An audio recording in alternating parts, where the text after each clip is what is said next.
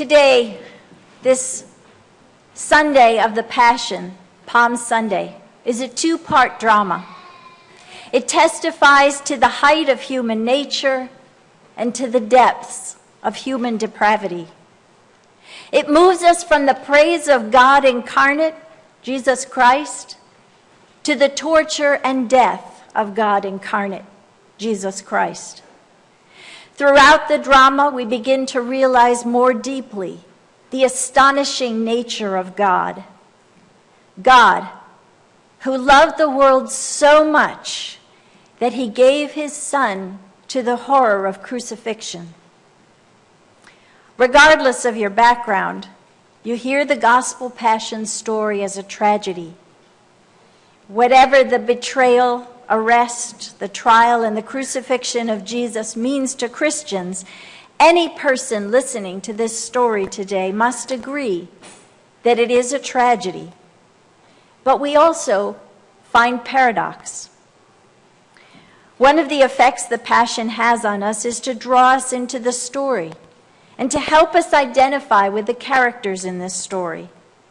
And if there is one thing for sure, it is the fact that every person in this sanctuary will at some time or another become an actor in a drama that is tragic.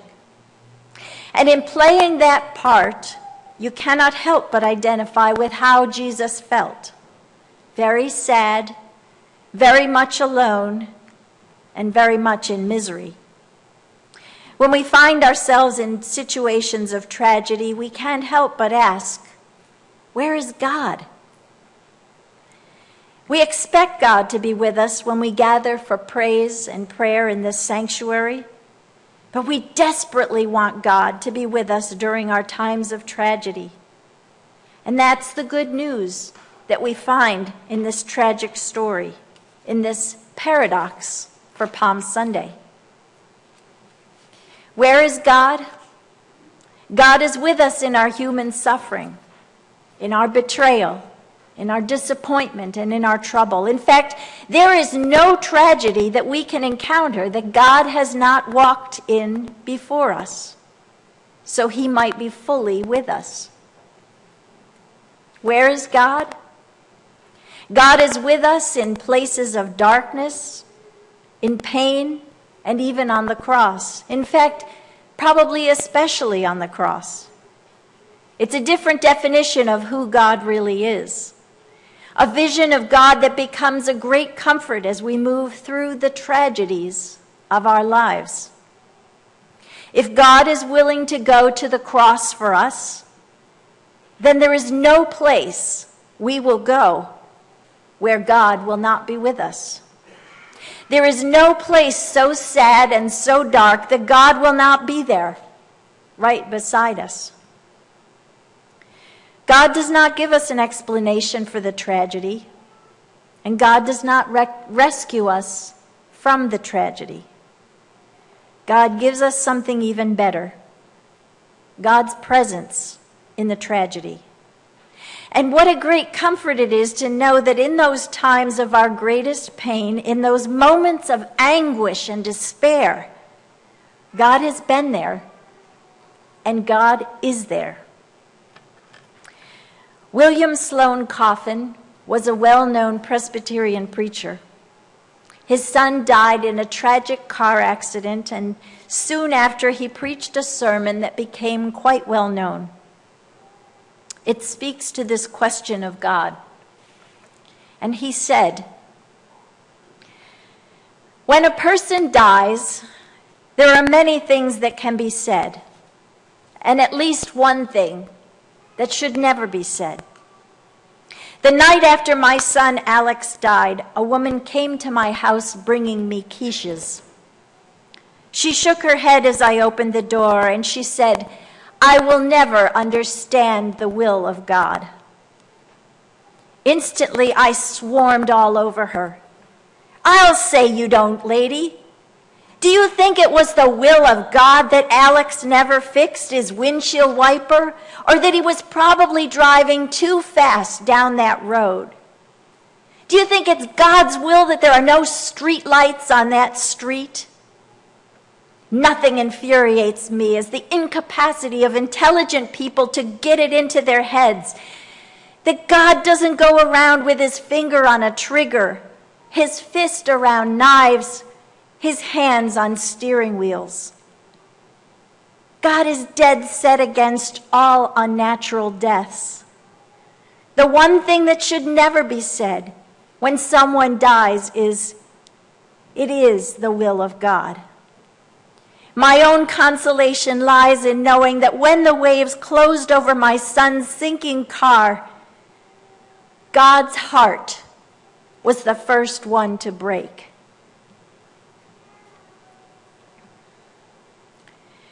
You and I know God because we know Jesus. In last Sunday's gospel, we heard about Lazarus. And when Jesus heard about the death of his friend, what did he do? What was it that he said? The shortest, simple sentence in the Bible: Jesus wept. Jesus also wept over Jerusalem. And Jesus had pity for Peter, even when Peter denied him. Time and time again, we hear examples of Jesus' compassion in the Bible. So when we hear William Coffin say, God's heart is the first one to break, we can believe it. Where is God? Some people have, for all sorts of reasons, decided that there really is no good answer to that question. For them, tragedy is the ultimate confirmation that God is nowhere. There simply is no God. For them, the idea that tragedy exists in the world is proof of the non-existence of God, or at least the unconcern of God. But Jesus says otherwise. Where is God? On Good Friday this week, we hear Jesus cry out, my God, why have you forsaken me?" Notice that Jesus still calls God my God. God is not some remote God in a time of suffering. No, God is with us, my God. And God feels the pain even more than we do. God does not manipulate our world as a puppeteer might. We are allowed to make choices, good and bad. God has created us as frail, finite creatures, and God is not absent in this creation. Jesus shows us that God is especially present in times of suffering. We have this tendency to think that when we are in pain, we need to get away from here and get over there, someplace else, back toward God, where there is no suffering. But that's not how it is. If anything, when we are in a place of contentment, when we are in a place of comfort, we are probably farther away from God rather than close to God. Where is God? Where there is tragedy, there is God. And that is one of the great truths that we are presented with in this holiest week of the Christian year. To be human means to suffer through tragedies. We experience this suffering in physical, in emotional, in social dimensions, and yet, because of the passion and cross of Christ, we also know that God is with us during these times. And this is the paradox. Jesus Christ is God with us, Emmanuel, with us all the way through our suffering and our death. At a conference I recently attended, a fellow participant said, "It's embarrassing to say this, but it's not my faith that gets me through the hard times. It's the faith of those around me who support me and encourage me and offer me a hand." Maybe that's why God put us into communities.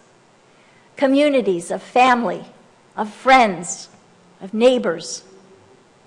I reminded you of the words of Teresa of Avila in the check-in last week, and I will remind you again. Christ has no body now but yours. No hands, no feet on earth but yours. Yours are the eyes through which he looks with compassion on this world. Yours are the feet with which he walks to do good.